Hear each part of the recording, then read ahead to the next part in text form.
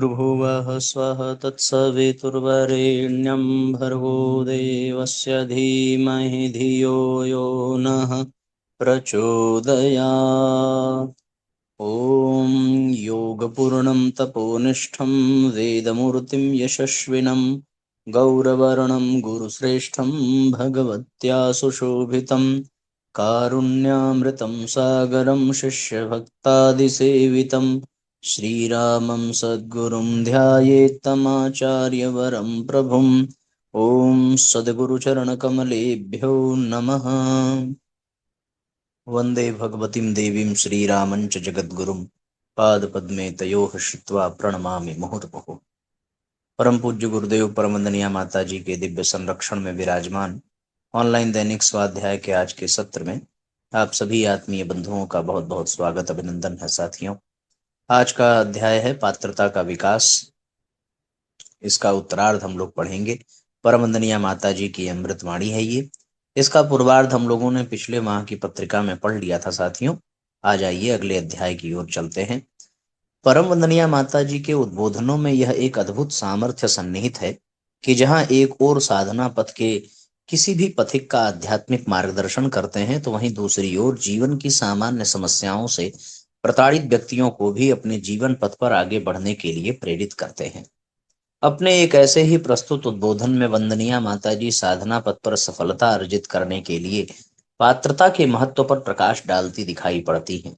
वे श्रद्धा एवं पात्रता का महत्व मीरा से लेकर संत रविदास के उदाहरणों के माध्यम से स्पष्ट करते हुए कहती हैं कि साधना में सफलता मात्र वे ही प्राप्त कर पाते हैं जो स्वयं को उन अनुदानों के लिए सत्पात्र बना पाते हैं। इस हेतु वे हर गायत्री परिजन को पूज्य गुरुदेव के जीवन से प्रेरणा प्राप्त करने को कहती हैं। आइए हृदयंगम करते हैं उनकी अमृत वाणी को। गांधी जी का उदाहरण। बेटे, ये उदाहरण उदारता के लिए दिए गए हैं, पर इसका मतलब ये नहीं है कि हम घर से फकीर बन जाएं और घर को बिल्कुल खाली कर दें। फर्ज और कर्तव्यों को ध्यान में न रखें, लेकिन पड़ोस की तरफ भी हम देखें कि आखिर हमारे पड़ोसी किस अभाव में जीवन काट रहे हैं और हम शानदार जीवन काट रहे हैं। गांधी जी का उदाहरण सुना है ना, कि गांधी जी जा रहे थे तो उन्होंने एक महिला को देखा जो कि बड़ी पुरानी साड़ी पहने हुई थी। साड़ी फट रही थी। उन्होंने कहा कि बहन, इस साड़ी को तुम धोती नहीं हो। उसने कहा कि आपने बहन कहा है तो आप यह बताइए, मैं साड़ी को धोऊं कैसे? मेरे पास जब एक ही साड़ी है तो मैं एक साड़ी को धोऊंगी कैसे? उनको बात समझ में आ गई। उनके थैले में उनकी एक धोती रखी थी। उन्होंने कहा, ले बहन, यह धोती तू ले जा और इस धोती से तू अपना तन ढक ले और इस धोती को तू धो ले। उसी दिन से गांधी जी ने आधी धोती पहनना शुरू किया। इसी तरीके से जापान में एक संत हुए कागावा, जिन्हें जापान का गांधी कहते हैं। गांधी जी के तरीके से उनकी भी विचारधारा थी। गांधी जी अपने राष्ट्रपिता हो गए और वे भी जापान के राष्ट्रपिता हो गए। स्वार्थ से नहीं बेटा। स्वार्थ यदि मन में होगा तो फिर स्वार्थ के वशीभूत होकर के हम कुछ नहीं पा सकते। स्वार्थ तो फिर स्वार्थ ही रहेगा। हमें परमार्थ की ओर कदम बढ़ाना चाहिए। हमारी उपासना सफल तभी होगी। उपासना का मर्म। उपासना का मतलब क्या है? एक ही मतलब है कि जीवात्मा परमात्मा में मिल जाए। यह समर्पण है। उपासना भगवान के लिए की जाती है और साधना अपने लिए की जाती है। भगवान के लिए उपासना और अपने लिए साधना, अर्थात अपने व्यक्तित्व को बनाना। व्यक्तित्व को बनाने के बाद फिर आती है समाज सेवा, जिसको आराधना कहते हैं। आराधना के बगैर हमारी साधना अधूरी है, हमारी उपासना अधूरी है। यदि हमने समाज सेवा नहीं की है तो यह दोनों चीजें हमारी अधूरी हैं, और यदि हमने की हैं तो उससे हमारा संपूर्ण व्यक्तित्व बनता है। उस व्यक्तित्व से सारे समाज को, सारे राष्ट्र को हमारा सहयोग मिलता हुआ चला जाता है और उसके बदले में हमें सम्मान और सत्कार मिलता हुआ चला जाता है। यह आपको मालूम है, भली भांति मालूम है, कि जितने भी हमारे संत हुए हैं, जिनको अनुदान और वरदान मिले हैं, वे स्वयं तो निहाल हुए हैं, लेकिन उनके पास कुछ नहीं रहा। बेटे, गुरु जी के पास कभी भी कुछ नहीं रहा।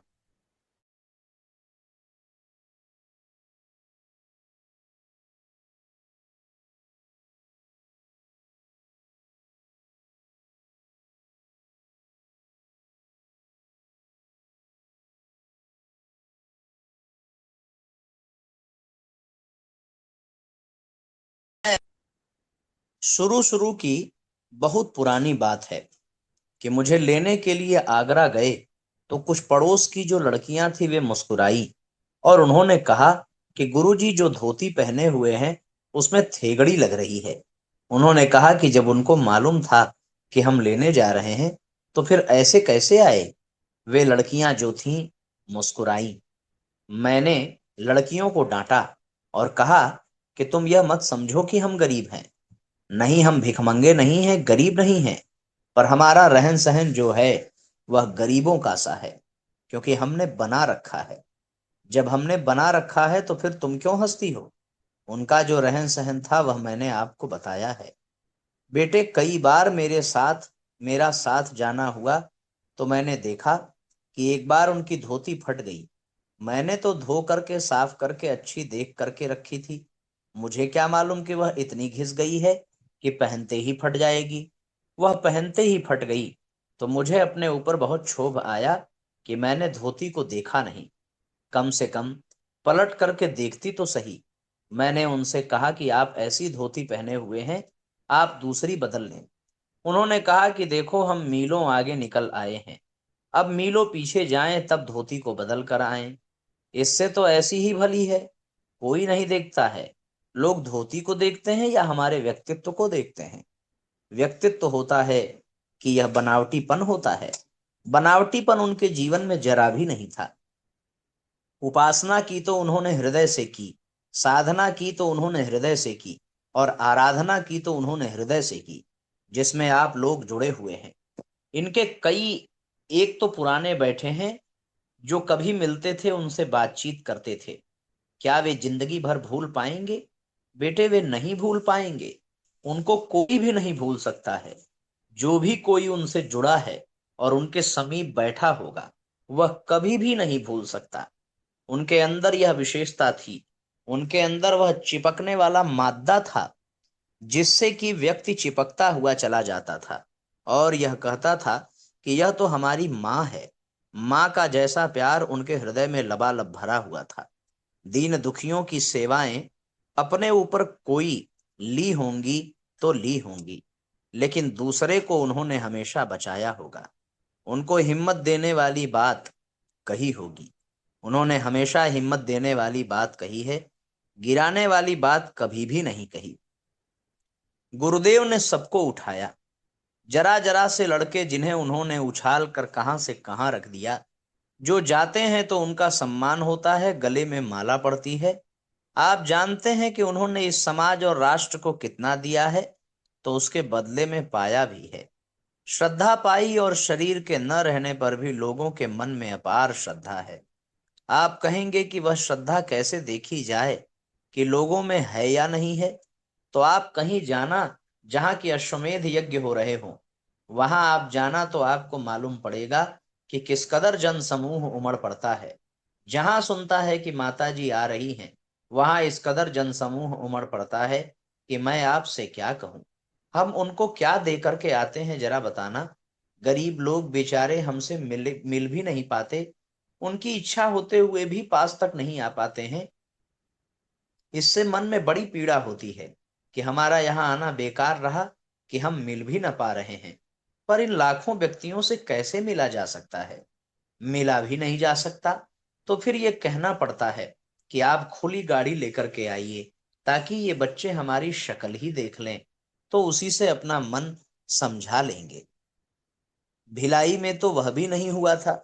उन्होंने कहा कि माताजी, यहाँ खुली गाड़ी में आपको देखकर लोग उसी पर चढ़ बैठेंगे। इनकी भावनाएं इस कदर उछल करके आ रही थी कि छोड़ेंगे नहीं, आपका चलना मुश्किल हो जाएगा। बिल्कुल ऐसे ही होता था। तब भी लड़कों की निगाह बचाकर मैं कांच को जरा नीचे कर देती थी और इसी में से हाथ हिला दिया करती थी। इसी में से उन्होंने शक्ल देख ली और जब भीड़ होती थी तो फिर से लड़के झट से शीशा ऊपर कर देते थे। इसलिए कर देते थे कि अब तो यह मानेंगे नहीं, तो किस कदर बचाव करें। पर मैं चाहती हूं कि मेरे दिल में बहुत पीड़ा होती है। बेटे, अभी मैंने श्रद्धा की बात कही। किस कदर शरीर न रहने पर भी लोगों में इतनी अगाध श्रद्धा है कि जो भी बात कही गई है वह बात पूरी होती चली जा रही है। जहां यह कहा कि अश्वमेध यज्ञ होगा, वहीं लोग जी जान से टूट पड़े और उनमें शर्त लग गई कि हमारे यहाँ होना चाहिए, हमारे यहाँ होना चाहिए। जब मैंने उनके अंदर झांक करके देखा तो मैं थोड़ा कंट्रोल करने लगी। जब पास में हो रहा है तो तेरे यहाँ कैसे दे दें, तेरे यहाँ पीछे देंगे, अभी नहीं थोड़े दिन बाद देंगे। देंगे तो सही, पर तुम्हें थोड़े दिन बाद, अभी नहीं। साहब, लोगों में इतनी श्रद्धा क्यों कैसे हो गई? इसलिए हो गई कि वे गायत्री माता के भक्त थे। गायत्री माता का साक्षात्कार था। गायत्री माता उनके अंदर में समाई हुई थी, इसलिए उनके प्रति लोगों में अपार श्रद्धा थी। उन्होंने लोगों की जो सेवा, व्यक्तियों की जो सेवा की, यह उसका बदला है। जो सेवाएं और सहायताएं उन्होंने की, उनके बारे में आप जानते नहीं हो। कल भी एक लड़की आई थी, उसने कहा, माता जी देखिए, मुझे कैंसर हो गया था, अब मैं कैंसर से बच गई। बेटे, हम भगवान तो नहीं है कि हम सबको बचा लेंगे। कैसे बचा लेंगे भाई? भगवान भी जब प्रारब्ध को नहीं पलट सके तो हम कैसे पलट दें? पर लग जाता है जिसको लग जाता है, नहीं लग जाता तो नहीं लगता है। लग जाता है, हाँ लग जाता है। सैकड़ों को, हजारों को लगा है, लाखों को लगा है, जो कि ऐसे पीड़ा पतन में पड़े हुए थे और उनको कहां से कहां ले जा करके रख दिया। वे अपने को धन्य मानते हैं। बेटे, लोगों की, व्यक्तियों की श्रद्धा है और जन समूह के लिए उनका पुरुषार्थ था, उनकी भावनाएं थी। उनकी जो भावना पीड़ा पतन के निवारण के प्रति थी, वो है सारा का सारा रहस्य। उसको जब तक आप नहीं समझ पाएंगे, तब तक आपकी उपासना सार्थक नहीं होगी। बगुला भगत न बने। गायत्री मंत्र में 24 अक्षर हैं और उसके प्रत्येक अक्षर के पीछे एक सिद्धांत है, उनकी एक भावना है, उसमें एक शिक्षण है। उन 24 अक्षरों में जो भावार्थ भरा पड़ा है, उसको आप हृदयंगम कीजिए और फिर उस पर आप अमल कीजिए। अमल यदि किया जाए तो फिर आपका समग्र व्यक्तित्व बनता हुआ चला जाएगा। और अगर आपने ध्यान नहीं दिया, केवल माला ही सटकाते रहे, तो फिर आप बगुला भगत हो जाएंगे। बगुला क्या होता है? बगुला भगत ऐसा होता है जो बिल्कुल चोंच नीचे किए नदी के किनारे बैठा रहता है, और जहां की चोंच उठाई और गपक कर मुंह में ले लिया। हमारे जो स्वार्थ हैं वे निष्कासित होते हैं, मनोकामनाएं ढेर सारी हैं, न जाने क्या क्या मनोकामनाएं हैं, सबको निकाल कर फेंको। आज पहला दिन है, सब मनोकामनाओं को आप यहीं हमारे पास रख जाओ। दोष दुर्गुणों से मुक्त हो। एक दिन इस पर आपके लिए व्याख्यान भी होगा, नीचे लेक्चर भी होगा। उसमें आपको 2 कागज दिए जाएंगे। एक वह दिया जाएगा जिसमें एक वह दिया जाएगा जिसमें कि आपके जाने अनजाने में जो बुराइयां होती रहती हैं, आप जिन बुराइयों की ओर प्रेरित होते रहते हैं, जो कर्म नहीं होने चाहिए वो हमारे शरीर से, मस्तिष्क से होते रहते हैं। और दूसरा कागज जिसमें कि आप अपनी कष्ट कठिनाइयां लिखेंगे, वो हमारे पास आ जाएगा। और जो कुछ भी हम कर सकते होंगे, जो भी गुरु जी का दिया हुआ है, उससे जो कुछ भी आपके पल्ले पड़ेगा, तो हम जरूर आपको कर देंगे, आपकी मदद कर देंगे। बेटे, आप बिल्कुल खाली हो जाइए। इस वातावरण में आप पकिए। ये कुम्हार का आवा है। कुम्हार के आवे में बर्तन पकते हैं। यदि बर्तन कच्चा रह गया है तो उसमें से पानी निकल जाएगा, क्योंकि वह कच्चा रह गया है। पक गया है तो पानी उसमें ठहरेगा। इसी तरीके से अपने भाग्य को दोष नहीं देना है, बल्कि अपनी क्रिया को दोष देना है। और हम जो क्रिया करते हैं, जो हमारे अंदर दोष और दुर्गुण है, उनको धिक्कारिए। आप उसको निकालिए, नहीं तो वही कहावत आ जाएगी कि चलनी में दूहे और कर्म में टटोले। कर्म को, भाग्य को कोसता है और अपने कर्तृत्व को नहीं देखता कि हमारा कर्तृत्व क्या है। अपने कर्तृत्व की ओर देखिए, फिर देखिए आपका कैसा शानदार जीवन होता है। इतना शानदार जीवन होगा कि आप भी निहाल हो जाएंगे, और समीपवर्ती जो भी आपके संपर्क में आएंगे, वे भी निहाल हो जाएंगे। मेरी चाल देख लो। गुरुजी एक बात कहते थे, अब मैं भी हंसा दूं आप लोग को, इतनी देर से गंभीर होते जा रहे हैं। गुरुजी एक उदाहरण दिया करते थे। मैंने एक बार कहा कि इसका मतलब क्या होता है, आप जरा मुझे बताइए। उन्होंने कहा, माने मतलब से क्या करना, मुझे तो सब चीज अध्यात्म से जोड़नी है। वे एक उदाहरण बहुत ही देते थे। कौन सा देते थे? ये कहते थे मेरे पैरों में घुंघरू बंधा दो और फिर मेरी चाल देख लो। मैंने कहा कि ये तो गाना है। उनको गाना तो आता नहीं था, मुझे तो भी थोड़ा बहुत टूटा फूटा आता है, पर उनको गाना नहीं आता था। इसलिए उन्होंने मुझे गाना सिखाया कि तुम सीख लो, मुझसे तो नहीं आया। मैंने तो तानपुरा लिया, थोड़े दिन में सीख लिया। सिखाने वाला बोला कि गुरुजी आप रहने दें, माता जी सीखना चाहें तो वो सीख सकती हैं। उन्होंने कहा कि तुम्हें कैसे मालूम कि माता जी सीख सकती हैं और मैं नहीं सीख सकता?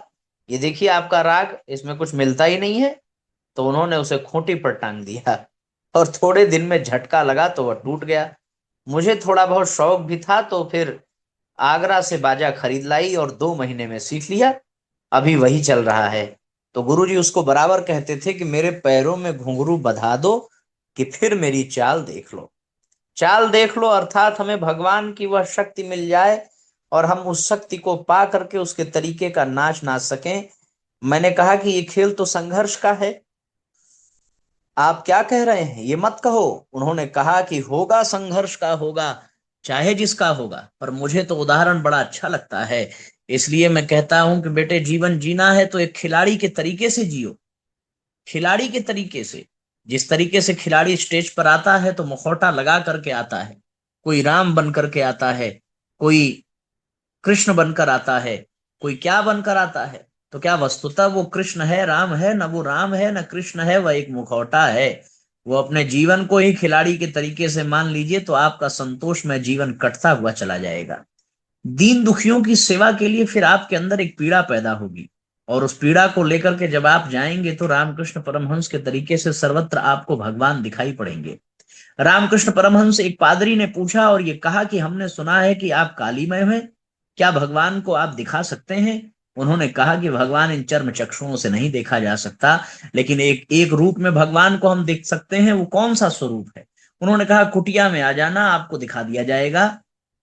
उनको एक कोढ़ी की सेवा करते हुए दिखा दिया। जिस तरीके से माँ अपने बच्चे को सेवा करती है, उस तरीके से परमहंस ने सेवा की। पादरी ने देखा कि ये तो बिल्कुल माँ काली मैं ही हैं, और वह चरणों में गिर पड़ा। रामकृष्ण परमहंस का उदाहरण। इस तरीके से एक और उदाहरण है कि उन्होंने विवेकानंद से ये कहा कि विवेकानंद, एक कटोरे में शहद रखा हो और तुम मक्खी हो, तो तू ये बता कि शहद को अंदर से पिएगा कि पास से ही पिएगा? उन्होंने कहा कि देखिए गुरुदेव, मैं यदि मक्खी बना तो दूर से ही शहद चाट लूंगा, मैं कटोरे में जाने वाला नहीं हूं। उन्होंने कहा तो तू डर गया, तू मृत्यु से डर गया, तू उस शहद में संपूर्ण नहाया नहीं, जबकि तुझे पूरे शहद में ही डुबकी लगानी चाहिए थी और पूरे शहद को ही तुझे चाटना चाहिए था, चाहे तेरे प्राण ही क्यों न चले जाएं। बेटे, यही बात आपके ऊपर भी लागू होती है। आप आए हैं तो इस वातावरण में ऐसे घुल जाइए कि बस तुम्हारे सामने दीन दुनिया और कुछ रहे ही नहीं। ना आपकी कोई मनोकामना रहे, ना आपकी कोई दुख कष्ट रहे। आप सही मानना, आप जो दुख कष्ट लेकर के आए हैं वे आपके कम होने वाले हैं, कम होंगे ही, इसमें दो राय नहीं है। पर शर्त यही है कि आपकी मनोभूमि कैसी है। आपकी मनोभूमि इस लायक है कि आपने यहाँ जो भोजन किया है वह आपने प्रसाद का रूप मानकर धारण किया है, तो आपको बल मिलता हुआ चला जाएगा, आपकी बीमारी कम होती चली जाएगी। देख लेना, आपकी बीमारी कम होती हुई चली जाएगी, क्योंकि वो इस वातावरण में पकी है। यह वातावरण बड़ी मुश्किल से गुरुजी ने अपनी तपस्या से, अपनी साधना से, अपनी आराधना से बनाया है। जहां अखंड दीपक है, उस अखंड दीपक के पास उन्होंने 24-24 लक्ष्य के 24 पुरस्चरण किए। आपको भी इसी तरीके से चलना है। भगवान करे आपकी उपासना फलीभूत हो, पर फलीभूत तभी होगी जब आप अपने अंतःकरण को साफ सुथरा बनाएंगे। इस हृदय कमल को खिलने दीजिए, ताकि गायत्री माता आपके हृदय कमल पर विराजमान होती हुई चली जाए। आपके हृदय में कूड़ा कबाड़ा भरा हुआ है तो फिर बताइए किस तरीके से गायत्री माता आपके पास आएंगी? वे नहीं आएंगी।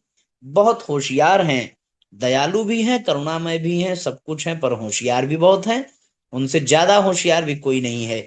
वे गंदे गलीज पर नहीं बैठती हैं, चूहे पर नहीं बैठती, कबूतर पर नहीं बैठती, वे हंस पर बैठेंगी। जो विवेकशील होता है, नीर और क्षीर का जिसको विवेक होता है, ज्ञान होता है, उदार होता है, उसके ऊपर आकर के गायत्री माता बैठती हैं। आप हंस बनने की कोशिश करना, आप कौवा बनने की कोशिश मत करना। आप हंस बनिए ताकि आपके कंधे पर आकर के गायत्री माता बैठे, इसके लिए आप आए हैं और 9 दिवसीय सत्र के लिए आए हैं, तो आपको उसमें सफलता मिले। इन्हीं शब्दों के साथ मैं अपनी बात समाप्त करती हूँ। ओम शांति। एक छोटी सी कहानी साथियों। राजा रघु ने सर्वमेध यज्ञ किया, अपनी संपूर्ण संपदा लोक हित में दान दे दी। ऋषि कौत्स तक उनकी दान वीरता की कथा पहुंची तो वे धन की आकांक्षा से राजा रघु के पास पहुंचे। वहां पहुंचने पर देखा कि रघु तो सब कुछ दान दे चुके हैं। वे वापस लौटने लगे तो राजा रघु ने उन्हें रोक कर आने का कारण पूछा। ऋषि कौत्स बोले, महाराज, गुरु दक्षिणा को चुकाने हेतु तो कुछ धन की आवश्यकता थी, इसलिए आपके पास आया था, परंतु यहाँ की स्थिति भिन्न है, मैं अन्यत्र चला जाता हूँ। राजा रघु बोले, नहीं ऋषिवर, आप यहीं रुकें। ये कहते हुए उन्होंने कुबेर के पास संदेश भेजा। कुबेर ने बिना कारण पूछे राजा रघु के पास सहस्त्रों स्वर्ण मुद्राएं भेज दी। राजा ने वे सारी ऋषि कौत्स को दान दे दी। कौत्स ने कुबेर से आश्चर्यचकित होकर पूछा, आपने इतना धन राजा को बिना उद्देश्य जाने ही दे दिया? कुबेर बोले, ऋषिवर, जो व्यक्ति धर्म की रक्षा के लिए अपने समस्त संसाधन लगाते हैं, के वचन की रक्षा करने का दायित्व भी धर्म का ही है। यदि मैं यह सहायता न भेजता तो आज धर्म कलंकित हो जाता। बहुत सुंदर, बहुत प्रेरक कहानी थी साथियों। जो धर्म के मार्ग पर चलता है, धर्म उसकी रक्षा करता है। एक और छोटी कहानी। राजा ने संन्यास ग्रहण कर लिया। गुरु के समीप जाकर बोला, गुरुदेव, दुष्प्रवृत्तियों से लड़ने के लिए क्या करूं, कहां जाकर उनसे युद्ध करूं? गुरु बोले, वत्स, साधना का एक ऐसा संघर्ष है जो अपनी ही दुष्प्रवृत्तियों से करना होता है। जो इस संग्राम में जितना सफल होता है, वह उतना ही सुसंस्कृत एवं महान बनता चला जाता है। इस तरीके से साथियों ये अध्याय पूर्ण हुआ, आज का सत्र भी। अब आइए गायत्री मंत्र पढ़ करके आज के सत्र को विश्राम दिया जाए। ओम भूर्भुवः स्वः तत्सवितुर्वरेण्यं भर्गो देवस्य धीमहि धियो यो नः प्रचोदयात्। सभी आत्मीय बंधुओं को बहुत बहुत प्रणाम। सबका मंगल हो साथियों। जय राम जी की शुभ रात्रि।